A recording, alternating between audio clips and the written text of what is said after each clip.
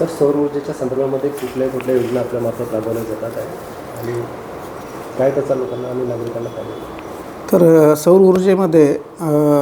प्रधानमंत्री सूर्यघर मुफ्त बिजली योजना म्हणजेच प्रधानमंत्री सूर्यघर मोफत वीज योजना जी आहे ही आपल्या घरगुती जे ग्राहक आहेत त्या घरगुती ग्राहकांसाठी आपण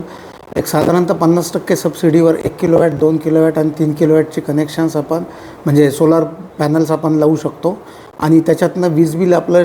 शून्य होतं आहे आणि जी वीज आपल्याकडे जी जास्त जनरेट होणार आहे ती जास्त जनरेट झालेली वीजही तुम्ही महावितरणला विकू शकता म्हणजे वीज बिल शून्य आणि वीजही विकता येते. तर याच्यामध्ये आपल्या बुलढाणा जिल्ह्यात एकूण 7,000 अर्ज आले होते आणि